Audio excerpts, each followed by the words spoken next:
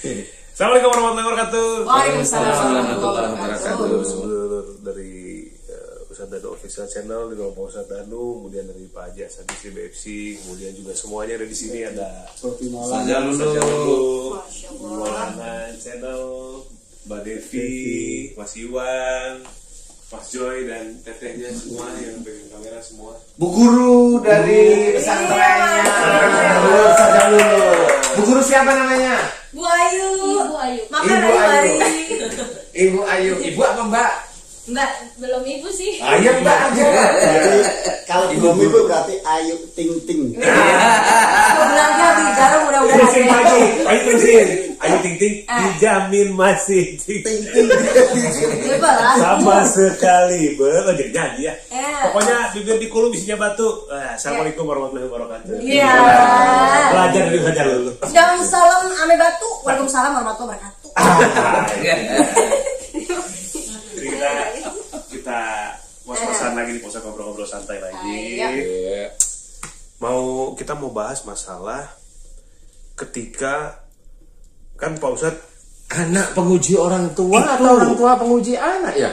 nah makanya Dua-duanya. kalau Pak Ustadz Iya, bilang kan, iya. Pak Ustadz itu bilang begini, dosa itu tidak bisa diwariskan, dosa itu masing-masing. Tapi ketika orang tua itu punya genetik tertentu yang kurang baik di hadapan Allah, bisa jadi genetik tersebut turun ke anak, sehingga anak tersebut bisa melakukan dosa atau kesalahan sesuai dengan yang dilakukan oleh Orang tuanya. tuanya. Nah ini kita mau bahas sama Pak Ustadz sebetulnya bagaimana ketika saya nih Pak Ustadz, saya nih punya anak perempuan, karakternya, aduh ya Allah. Kenapa tuh? Kayak Saya banget. saya banget. Jangan jauh Iya, ya, bener. gabingnya. Makanya ada pepatah mengatakan buah jatuh tidak jauh dari minimarket itu. Dari punya. Buah jatuh tidak jauh dari Shopee. Iklan. Iklan.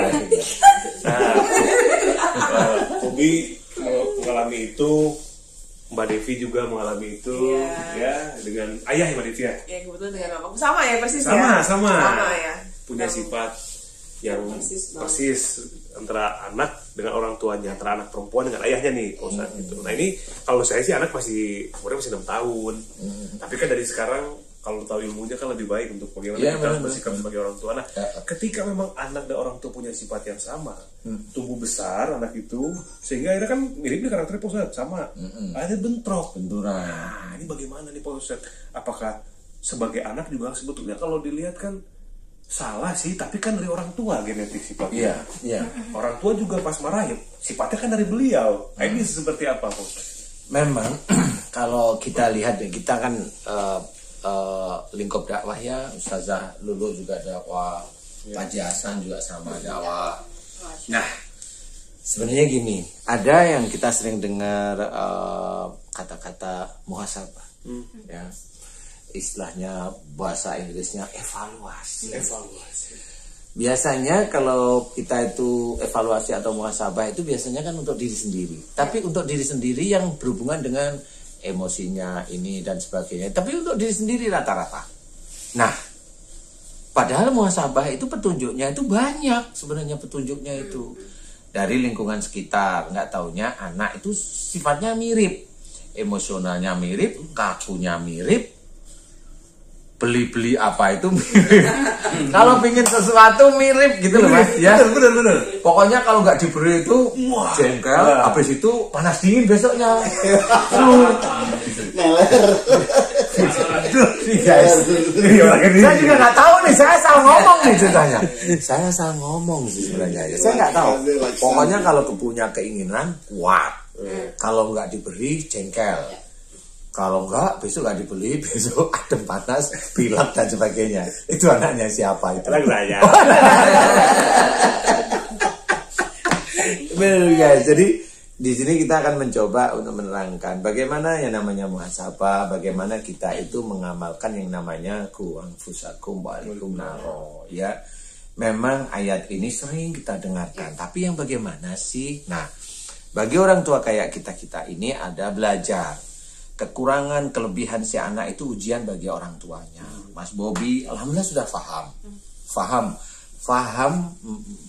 anaknya yang cewek tadi ya, yang cewek Atau memang paling tapi banyak karakter saya tuh di anak perempuan, tapi karakter-karakter yang lain ada di anak-anak yang lain gitu. Tapi nggak sebanyak yang di perempuan. Nah, ini nih gini nih biasanya. Petunjuk dari Allah Ta'ala itu harus kita pergunakan untuk memperbaiki akhlak kita. Kalau kita melihat, kan kita sebagai orang dewasa insya Allah sudah bisa melihat mana yang baik, mana nggak baik nih. Anak kita tahu ini kayaknya sifatnya kurang baik. Nah ini kurang baik ini sebenarnya ada di kita. Nah kita sebenarnya ya alhamdulillah kalau anaknya Mas Bobi itu masih kecil-kecil nih, itu bisa sujud pada Allah Ta'ala selesai sholat mohon ampun. Ya Allah, jika anakku si fulan ini itu dia sifat ini mirip denganku dan itu salah di hadapanmu ya Allah, ampuni dosa-dosaku. Itu orang tua itu saya angkat jempol. Itu orang tua cakep. Karena dia tidak mau menyalahkan anak-anaknya tapi dia evaluasi. Nah, muhasabah itu salah satunya itu. Dia tahu anaknya begini, anak saya kok keras, emosional, dia ini kayaknya sifat saya ini. Kemudian dia mohon ampun, ya Allah jika sifat saya emosional dulu dengan ayah saya, dulu dengan ibu saya begitu, sehingga menurun pada anak saya, ampuni dosa-dosa saya. Sampai kapan ini kita itu mohon ampun tentang sifat-sifat itu yang tidak baik? Ya sampai anak-anak kita gede, kita lihat anak itu tuh masih punya sifat itu atau tidak. Kalau memang dari kita mohon ampun, akhirnya Allah itu mengampuni, akhirnya kan dicabut sifat yang tidak baik dari si anak itu, dicabut sama Allah nih.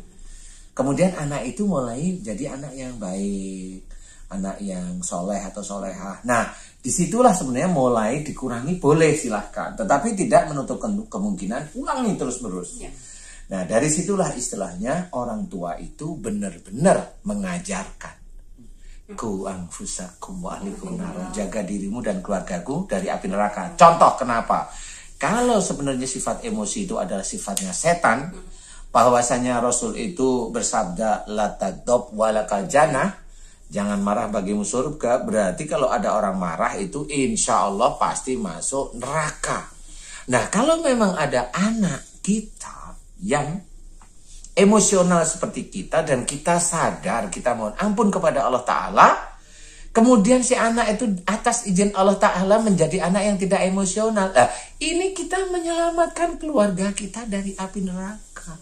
Insya Allah seperti itu. Ayat itu pemahamannya seperti itu. Jagalah kamu dan keluargamu itu dari api neraka.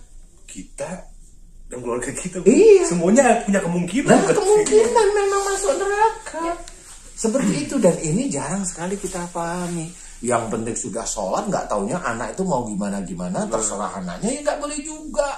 Loh itu tergantung pentolannya. Buahnya gimana? Buahnya ini apel ya, pohonnya apel ya buahnya pasti apel.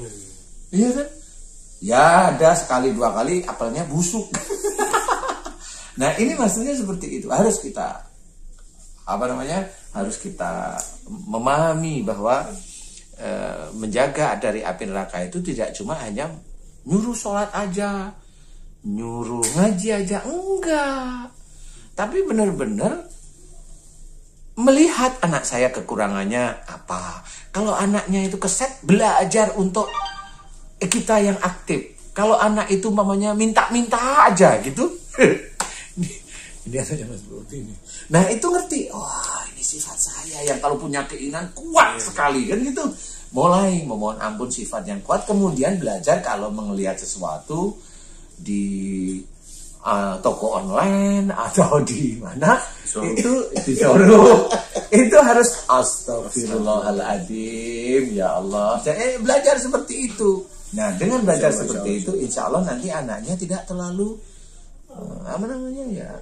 punya keinginan yang kuat sekali. Jadi keinginan hanya normal apa adanya seperti itu. Kalau enggak sakit itu akan menerus semuanya Mas. Yang emosional, yang kaku gimana nih? Kalau hanya kaku mikir pengen aja pilek. Kan gitu. Kan kaku nih, mikir itu kan ada yang lihat, saya suka itu terus hilang kan gitu. Ini enggak kaku nih, tapi saya suka itu. Diliatin. Habis itu terus sudah. Kita nengok sana, di situ masih dipikirin. Nah, itu kan kaku pengen namanya. Kaku pengen. Dan itu sampai rumah pikirin. Besok ganti hari pikirin. Ya puyeng ininya meler mulu. Panas. Nah, panas. Sama ini Pak Ustaz. Iya. ini kan menurut saya ini sangat penting sekali ya. Kajian ini. Kalau seumpama orang tua tidak paham dengan masalah ini, dalam arti bahwa anak itu nanti melakukan dosa atau kesalahan karena sifat orang tua itu, nanti di akhirat Pak Ustadz ya, ketika hisab anak ini bisa menyalahkan orang tuanya nggak Pak Ustadz? Seumpama, bisa. Iya kan itu ya, maksudnya ya. hadis ada cerita seperti itu dari riwayat. Karena kan orang tua saya punya sifat begitu. Iya. Saya nggak pernah minta punya sifat begini kan gitu Pak Ustadz. Iya. Itu Bisa itu di. iya bisa. Iya maksudnya, jadi anaknya masuk ke dalam nerakanya Allah, kemudian menutup orang tuanya karena ternyata memang tidak diajarkan, nggak dibimbing, nggak dibina, nggak dinasihati, nggak ditegur ke arah yang baik sampai akhirnya orang tuanya pun juga masuk dalam nerakanya Allah. Makanya Seperti itu. Alhamdulillah. Benar. Jadi itu yang harus difikirkan. Jadi bukan hanya cuma ngajarin sholatnya aja. Enggak cuma ngajarin baca Quran aja. Enggak. Itu menurut saya penting banget itu sifat itu. Iya enggak. Semuanya penting karena kan Quran ini juga isinya akhlak kan banyak.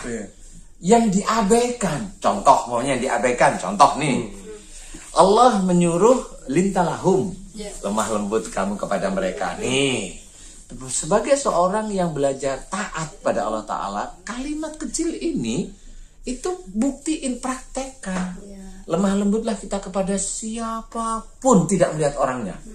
Mau dia, momennya kita ini yang sering dakwah ya Ustazah ya, kita hanya melihat dia dakwah, kita baru hormat. Yang nggak dakwah disepelein, nggak bisa.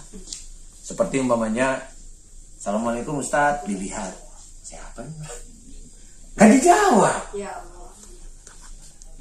Jangan senyum. Jangan senyum. Nah, kan malah senyum. Nah, kalau senyum itu berarti ngalamin yang begitu. Nah, kan ngalamin ya.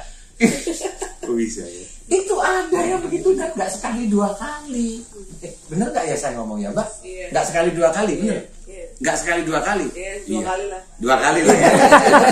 Dua kali berapa? Baru dua. Pagi dan sore. Nah, kali 4. Ini kan nggak boleh seperti itu. Kita tetap harus lemah lembut kepada siapapun. Tidak melihat kalau momennya ini pendakwah harus kita hormati atau ini satu level dengan saya. Kan enggak. Kita tetap harus, kalau bisa, kalau kita yang memahami itu malah menyapa yang ya menurut kita, ego kita itu enggak berdakwah lah. Tapi bukan enggak berdakwah, intinya enggak sama menurut kita. Ini hanya kalau kita itu mau jeleknya kita gitu ya. Tetapi kan nggak seperti itu sebenarnya. Jadi lemah lembut kepada mereka. Ya lemah lembutlah kepada mereka siapapun. Nyapa dibalas apaan umpamanya, atau ngobrol. Ini kayaknya malu nih sama saya. Ini kayaknya dia takut sama saya. Tahu nih kita itu sebenarnya ditinggikan derajatnya oleh Allah Ta'ala sehingga orang lain itu bisa malu sama kita. Segen. Nah, kita ngerti nih orang segen. Malah diajak ngomong. Kenapa? Kita tahu dia segen. Diajak ngomong gimana kabarnya, orang itu senang, Santai, humble. Akhirnya apa? Kita yang membuat suasana dan hati dia itu mulai akrab, itu dinilai oleh Allah Ta'ala. Bener, dinilai. Loh, dinilai yang mana? Ini kan orang yang di bawah kita nih menurut derajat. Nah, kita ditinggikan oleh Allah Ta'ala. Kita ngamalin ayatnya. Wa ibadur rahmanil ladina yamshuna 'alal ardi hauna. Apa artinya? Dan hamba-hamba Allah yang dikasihi adalah orang-orang yang berjalan di muka bumi dengan rendah hati. Nah, orang yang rendah hati itu apa? Orang yang dia dari sisi keilmuan ditinggikan oleh Allah Ta'ala, tapi dia tetap melihat orang lain itu kayak temennya, sama. Dia tidak melihat dianya tinggi. Ini hanya ini masuk. Begitu. Apalagi dengan orang tua kita yang sifatnya sama. Nah, kita kan paham kalau sudah begitu. Nah, kalau kita ingin menolong orang tua kita, ayo kita mencoba belajar taat pada Allah Ta'ala. Yang dulunya tadi kita cerita, kita disuruh lemah lembut kepada siapapun orang, kita nggak mau. Ini yang ngerti nih. Allah menyuruh fa'fu anhum. Maafkan mereka. Loh, ini kan harus jelas. Kenapa Allah menyuruh memaafkan? Berarti intinya begini nih. Berarti intinya kita yang benar dari suatu masalah, tapi Allah menyuruh maafkan mereka. Kenapa? Karena kebodohannya. Karena ketidaktahuan ilmunya, keterbatasannya. Allah menyuruh kepada kita, maafkan dia. Kita nggak mau. Loh kan akhirnya begitu. Akhirnya kita sendiri yang Muslim itu malah nabrakin ayat-ayat Quran. Lah kalau kita itu nabrakin nggak mau dan kita berpaling dari ayat-ayat itu, dianggap apa oleh Allah Ta'ala? Dianggap apa coba? Dianggap Atiullah wa Rasul. Kita masuknya apa? Fa in tawallau, jika berpaling. Fa innallaha la yuhibbul kafirin. Astagfirullahaladzim. Kita harus belajar dari situ. Allah menyebutnya kafir, orang yang menutup. Nah ini kan harus belajar. Oh berarti benar kalau ada seseorang atau ayat Quran kita tahu, amalkan satu persatu, satu kata ayat aja amalkan, walaupun itu sebenarnya susah. benar. Nah ini sehingga kita dengan tidak sadar kita melakukan perlakuan-perlakuan yang akhirnya dengan kedewasaan kita berani dengan orang tua melawan, orang tua memberikan nasihat nggak cocok dengan prinsip kita kaku dan sebagainya. Kan akhirnya malah jadi salah nantinya. Akhirnya orang tua dengan anak bareng-barengan dulu-duluan masuk neraka. Aduh, itu maksudnya. Ukur-ukur semua lihat. Makanya hati-hati kita nyebur dalam maksiat. Beli kesalahan ditahan, balas kejahatan dengan kebaikan. Ikan cumi, ikan bawal. Artinya enak itu. Bukan nama-nama ikan ya. Kalau saya ikan cumi, ikan hiu, itu nama-nama ikan. Kalau Mbak Devi kan sekarang ya istilahnya udah ngobrol sama ayah, udah merasakan apa yang disampaikan oleh Pak Ustadz tadi sama Bubi juga gitu. Nah Mbak Devi tuh mulai sekarang tuh kayaknya mau membentuk seperti apa sih komunikasi dengan ayah itu? Sebenarnya ya kebetulan aku mau cerita sebenarnya karakter papa itu ke aku kan memang sudah ada gitu, memang dari dulu. Namanya jangan disebutkan ya, papa aja ya. Biar orang nggak tahu. Jangan biar orang nggak tahu papa aja. Aku juga tahu bapaknya siapa. Iya. Pak Haji Hasan itu.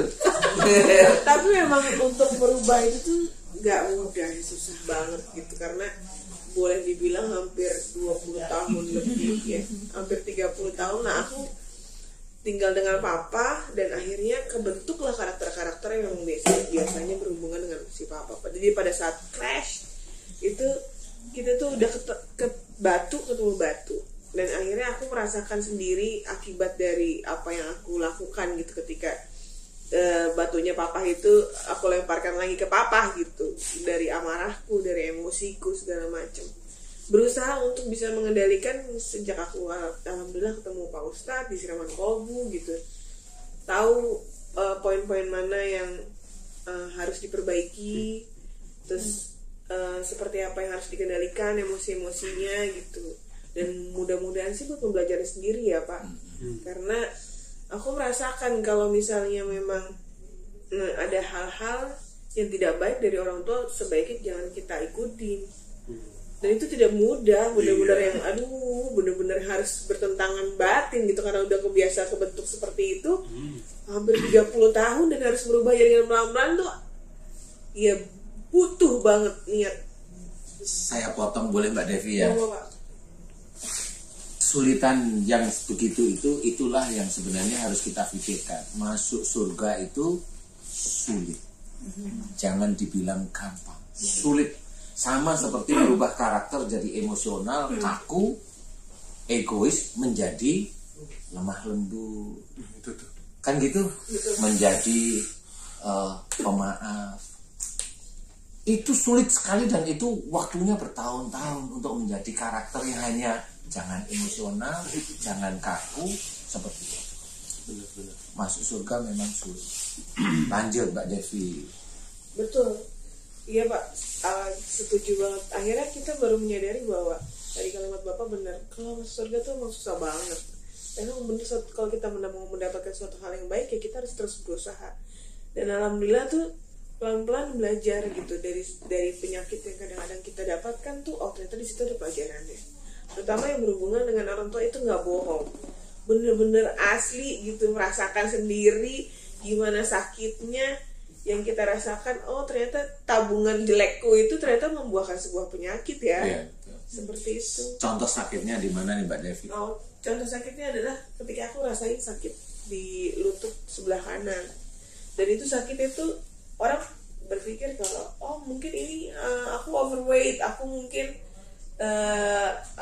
terlalu lelah, terlalu capek, terlalu ini gitu. Cuma atau kurang bergerak karena terlalu sering bekerja apa segala macam di ruangan ber-AC. Cuman akhirnya setelah mengkaji lagi dengan Pak Ustadz, dengan Mas Bobi, juga teman-teman Siraman Kobo semua, akhirnya aku menyadari bahwa ternyata itu merupakan kesalahan-kesalahan aku di masa lalu yang berhubungan dengan orang tua. Dan di situ akhirnya alhamdulillah masih bisa belajar untuk bisa pelan-pelan sedikit merubah diri aku dari kesalahan-kesalahanku yang dulu. Tuh. Anjuran untuk teman-teman Mbak Devi gimana nih sama orang tua itu gimana anjuran? Mungkin ini susah banget ketika kita bentrok ya, kita bentrok dengan orang tua dikarenakan kita berbeda pendapat. Mengalahlah dengan ikhlas itu sebenarnya yang susah, karena kadang-kadang apalagi pas masa-masa muda ya Pak, masa-masa kita umur 20-an itu pas lagi gejolak-gejolaknya banget. Oh aku punya target seperti ini, aku pengen diriku seperti ini, aku pengen cita-citaku kayak gini. Ketika orang tua memberikan masukan yang tidak sesuai dengan keinginan kita ngelawan. Gak bisa, aku kan bisa mah, aku bisa nih Pak, kayak gitu. Itu di lutut, itu di lutut, persis insya Allah, lutut kanan. Ya itu yang merasakan Pak, itu yang merasakan gitu. Ketika aku bilang, Mama aku nggak mau jadi orang, aku nggak mau jadi. Waktu itu Mama menyarankan gini, ketika kedua orang tua adalah seorang pegawai negeri. Terus mereka bilang, kamu nggak mau nggak jadi pegawai negeri? Enggak aku nggak mau kayak papa gitu. Padahal sebenarnya niat mereka baik, karena mereka pernah merasakan ada sisi baik dari menjadi seorang pegawai negeri. Ya buktinya sekarang mereka misalnya bisa menikmati pensiun apa segala macam. Mungkin dari sisi mereka seperti itu. Tapi karena aku pengen punya keinginan sendiri, aku pengen jadi seorang broadcaster apa segala macam. Yang alhamdulillah sekarang dijalanin dan alhamdulillah juga berhasil gitu loh, boleh dibilang sedikit berhasil. Can enjoy itu berantemnya wah hebat banget Pak. Aku waktu itu sampai tidak ngomong sama papa itu kurang lebih sebulan. Itu kelas itu wah karena kita orang-orang Batu dengan karakter yang sama. Aku mau ini, jangan, kamu nggak boleh itu. Kita duduk di meja makan itu kita nggak ngomong satu hal pun. Sampai ibuku bilang, ayo kamu minta maaf sama papa. Aku diam. Papa, ayo kamu sama anaknya dong, nggak boleh seperti itu. Diam, karena kita punya karakter yang sama. Kalau marah, diam aja. Itu berlangsung selama sebulan kita nggak ngomong. Kuat ya? Iya, kalau saya nggak bisa minta duit tuh nggak ada gitu ya. Jadi komunikasinya lewat oma kuat tuh. Lewat si mama itu ini mungkin yang akhirnya buat aku sakit ya Pak. Maksudnya aku sampai sebesar itu marahnya. Kita berdua sampai sebesar itu marahnya. Untuk papa bisa menerima apa keinginan aku dan aku bisa membuat papa menerima keinginan aku. Berarti itu ada unsur memaksa gitu ya. Betul. Itu udah kekakuan tuh beneran. Iya. Aduh. Ini lututnya Sandalun nggak sakit? Lutut nggak sakit, kantong sakit gitu. Tapi harus diperbanyak episode saya. Langsung dong. Kamu bawa mudah-mudahan Siraman Kobo saya ketemu di episode besok-besok. Laris manis Tanjung Kimpul. Cari suara habis, yang penting duit ngumpul. Oke, lanjut Ustaz. Ya, terus saya mau tanya sama Mbak Devi nih. Mbak Devi, terus tiba-tiba setelah 1 bulan atau 1 bulan lebih itu terus mulai tenang, cair biasa gitu ya. Iya. Oke, Mbak Devi, kalau saya mau tanya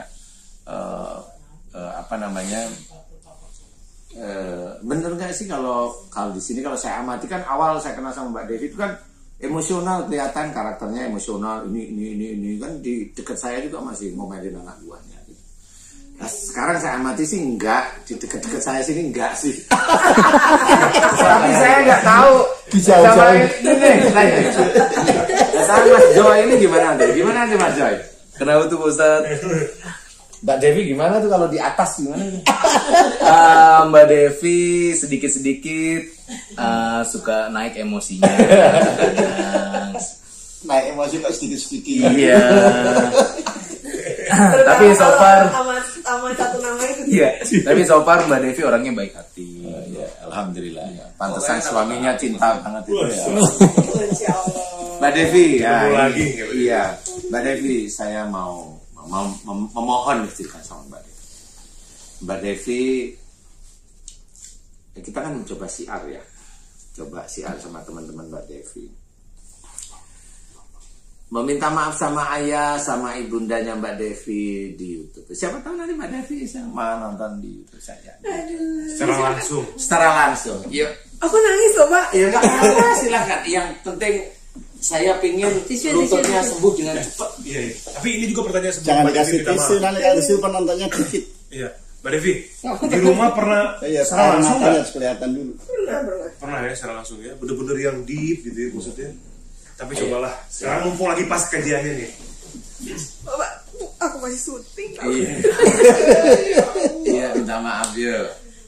Saya ingin ketulusan hatinya Mbak Devi. Kalau Allah bilang fa'fu anhum, ini suruh memaafkan, padahal Mbak Devi kan sebagai anak ke orang tua pasti dosanya itu besar nih. Nah, harus coba. Kasih nonton videonya nanti sama orang tua. Kayaknya susah deh Pak. Aku boleh Nggak ngomong apa-apa, langsung. nggak apa-apa. Ya, ini kan mengajak saudara-saudara kita yang lain tuh harus berani. Bismillahirrahmanirrahim. Pada ayahnya khususnya dibilang satu-satu kayak tadi yang di meja makan itu kan dari ingat terus harus Iya. coba jadikan itu kalimat meminta maaf. Papa, Mama, jika selama ini aku banyak banget salah, banyak banget melawan, banyak banget gak dengerin omongan Mama Papa. Aku meminta maaf sama Mama Papa, ikhlas lillahi ta'ala. Amin. Mudah-mudahan dari semua kesalahan aku, Mama atau Papa mau memaafkan ya. Amin Allah. Udah Pak. Aku paling gak bisa soalnya. Iya, alhamdulillah, mudah-mudahan benar-benar permintaan maaf Mbak Devi sama ayah sama ibu diterima dan juga akhirnya menjadi catatan kebaikan di hadapan Allah. Amin ya. Amin. Tapi saya ingin tahu nih lututnya yang dirasakan Mbak Devi yang tadi dengan sekarang kan mencoba tulus sampai keluar air mata nih. Tapi saya ingin tahu jujur ini di depan teman-teman yang ingin melihat atau mengamati bahwa kita tidak main-main. Insya Allah kita dakwah, insya Allah tidak ada bohong. Ya Mbak Devi, saya mau tanya kaki yang sakit yang sebelah kanan gimana? Saya Pak, Loh, Iya. beneran? Beneran tadi pagi sampai dari kemarin nggak bisa jalan Pak. Makanya coba bilang sama teman-teman ini. Alhamdulillah udah enak banget. Kaki kemarin tuh aku sempet sampai keseret-seret gak bisa jalan. Tapi sekarang udah enak sih alhamdulillah. Ayo berdiri. Aku berdiri. Berdiri. Ustaz dulu jangan digandeng ya. Udah sih alhamdulillah ya Allah beneran loh. Ih beneran Pak, aku nggak mau. Bener. Iya bener Pak. Enak banget. Tadi kan berdiri masih Iya, Masih tapi begini, masih Mbak. kesenggak-senggak, tapi sekarang udah enak kan ya. udah enak. Alhamdulillah. Beda kok Ustaz sama tadi. Oh ya? Tadi kan masih syuk. Oh gitu. Udah ngelihat. Kelihatan ya? Saya memang benar. Nah, disinilah kalau Mbak Devi kan bisa ngerasain, Mas Bobi yang lihat ya. Ada yang hilang dari lututnya. Nah, di sini sebenarnya terbukti bahwa permintaan maaf yang tulus, ya, dengan benar, ikhlas, meminta maaf itu berdampak. Jadi sebenarnya sakit itu memang benar kata Allah dalam Quran. Wa ma sabakum min musibatin fa bima kasabat aydikum. apa saja musibah yang kau terima itu disebabkan buah tanganmu sendiri. Dan kita mencoba mencari, menggali sakit yang sebenarnya ada di lututnya Mbak Devi. Dan Mbak Devi tahu itu titiknya di titik itu tadi. Kemudian meminta maaf, hatinya di titik itu tadi, di titik pada saat marahan sama ayahnya itu. Yang di situ Mbak Devi itu merasa benar waktu itu. Ya memang pada waktu itu Bapak juga agak menekan kali ya, tapi Mbak Devi juga sudah dewasa, sudah punya keinginan. Nah, tapi ya salahnya marah itu tadi. Nah, akhirnya permintaan maaf sampai tadi keluar iler, keluar air mata,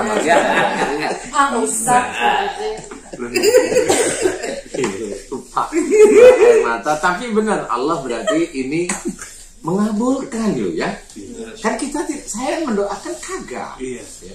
Mbak Devi yang minta maafnya benar-benar serius, dari otak hati itu tulus. Jadi langsung, loh kok enak ya. Nah, disitulah sebenarnya Allah itu sebenarnya, ya ini diingat lagi, Allah itu lebih dekat daripada urat. Itu kuncinya. Kalau kita itu benar-benar meminta ampunan, beneran serius sesuai dengan yang diajarkan oleh Rasul, langsung dijawab sama Allah Ta'ala. Perangkatnya Allah itu di mana? Perangkatnya Allah itu ada di lututnya Mbak Devi. Apa? Malaikat. Yang gimana? Ya yang di lutut ya khususnya. Dia akan menjaga lututnya ini akan diingatkan melalui dengan sakitnya. Makanya tadi Mbak Devi bagus lah. Tapi ini bagus ya. Kayaknya bisa minta ini sama Mama. Mah nanti nonton YouTube ini ya, boleh coba. Mama sih gak usah, ini pasti nyari Masih itu. nonton.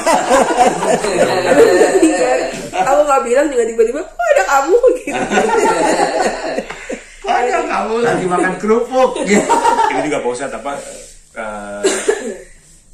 dengan pelajaran demi pelajaran yang udah, alhamdulillah saya nyantri di sini udah 1,5 tahun lebih ya, alhamdulillah.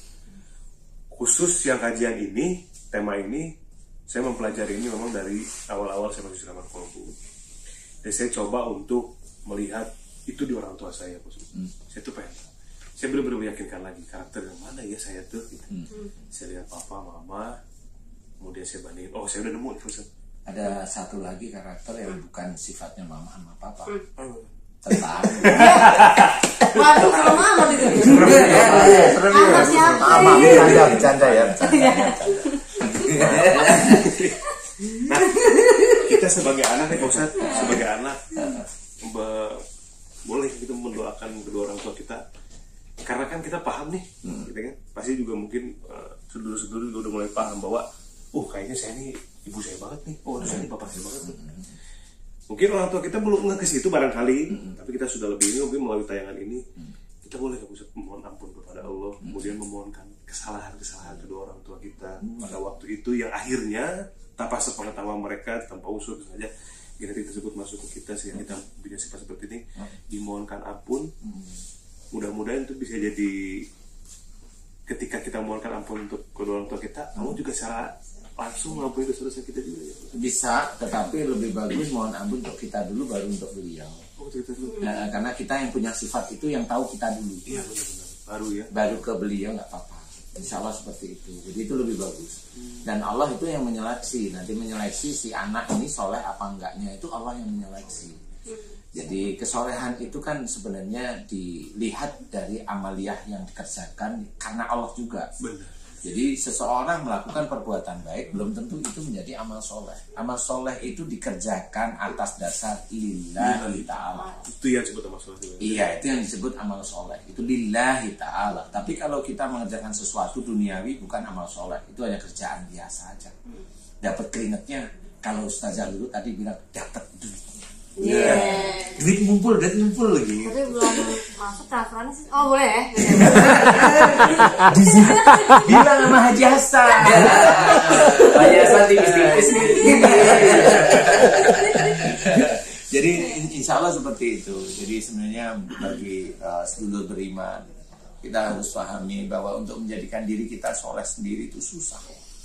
Jujur kita itu diberi kefahaman oleh Allah Ta'ala, kefahaman tentang ayat-ayat Quran, kita diberi kepahaman, itu baru dititipin di otak kita. Itu belum bisa menjadi amal soleh kalau belum kita kerjakan. Itu baru kita ingat. Baru Allah memberikan kepahaman, kita berikan pada orang lain, sudah ujubnya kita itu muncul. Nggak boleh juga. Ujub, riya itu muncul, udah hilang aja semuanya. Nah, tapi amal soleh yang dari kepahaman inilah yang harus kita kerjakan. Itu insya Allah akan menjadikan, mudah-mudahan ini doa kita semua menjadikan kita soleh di hadapan Allah. Ini kuncinya di situ. Mudah-mudahan dengan dianggap solehnya kita oleh Allah Ta'ala, mudah-mudahan doa-doa yang dipanjatkan kepada Allah Ta'ala yang baik itu bisa dikabulkan oleh Allah Ta'ala. Karena Allah Ta'ala jelas mengabulkan doa itu nggak sembarangan. Wa yastajibul ladzina amanu wa amilus sholihat. Dan Allah akan mengabulkan doa orang-orang yang beriman, iman kepada Allah Ta'ala kuat sekali, dan mengerjakan amal soleh. Nah, jelas amal soleh itu harus dikerjakan dengan lillahi ta'ala. Kita baca Quran harus lillahi ta'ala. Kita sholat harus lillahi ta'ala. Jangan kita sholat biar jabatan kita itu tetap nggak ada yang ngusir, nggak ada yang ngilangin. Nggak boleh seperti itu. Berarti sholat kita dinilai dunia oleh Allah Ta'ala, bukan akhirat. Nah, itulah lillahi ta'ala. Nah, mudah-mudahan ini bisa menjadi gambaran. Atau lagi barang lagi tambahan? Saya ini kajian yang Masya Allah nih sulit untuk dipahami, dan jarang sekali orang yang mau memahami atau mencari tahu ya Pak Ustadz ya. Bagaimana sih sebetulnya, karena memang jarang juga dibahas di mana-mana ini. Barangkali seumur hidup saya inilah pertama kali saya mendapatkan evaluasi tentang sifat yang berasal dari genetik orang tua. Dan saya selalu berpikir begini Pak Ustadz, saya sampai berpikir di detik ini ya, karena saya ngamatin banyak orang sekali, terlebih saya di Siraman Kolbu, saya tuh ngamatin orang banyak, baik itu keluarga atau orang lain.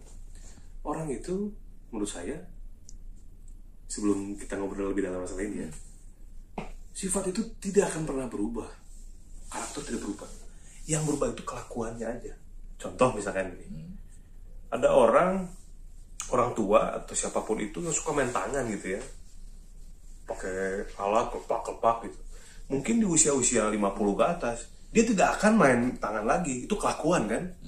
Tapi sifat atau karakter dan temperamen itu tidak akan pernah berubah. Tapi dari kajian ini saya berpikir bahwa mudah-mudahan kita sebagai anak yang paham itu bisa mendoakan diri kita sendiri. Jika kita punya sifat seperti itu, kemudian mendoakan orang tua kita, karena mustahil bagi manusia, tidak mustahil bagi Allah itu. Iya benar. Mudah-mudahan kita semua senantiasa dalam lindungan Allah Subhanahu wa Ta'ala ya. Terima kasih Pak Ustadz untuk kajian yang begitu luar biasa. Mudah-mudahan bermanfaat untuk semua. Mbak Devi, salam buat Papa Mama. Saya paling seneng, insya Allah mudah-mudahan kakinya nggak nyeret-nyeret lagi. Itu dia. Amin. Nanti mungkin diseret-seret ke mall ya. Pilek nanti pilek. Kalau banyak mikir. Iya. Sama-sama. Dan sampaikan Insya Allah mudah-mudahan kita senantiasa mengamalkan hadis Rasulullah, biru abaukum sambil hukum abna akum, berbaktilah kalian kepada orang tua kalian, niscaya kelak anak-anak pun juga akan berbakti kepada kita semua ya, senantiasa jaga bakti pada orang tua insya Allah. Pokoknya burung tekukur nganyut di kali, sama orang tua mah kudu akur sekali ya. Makan bakso sambil sweet hubungan kita mudah-mudahan bisa so sweet. Burung tekukur nganyut di kali. Innalillahi. Udah nganyut itu. Ketemu lagi semuanya, saya selalu. Assalamualaikum warahmatullahi wabarakatuh. Waalaikumsalam warahmatullahi wabarakatuh.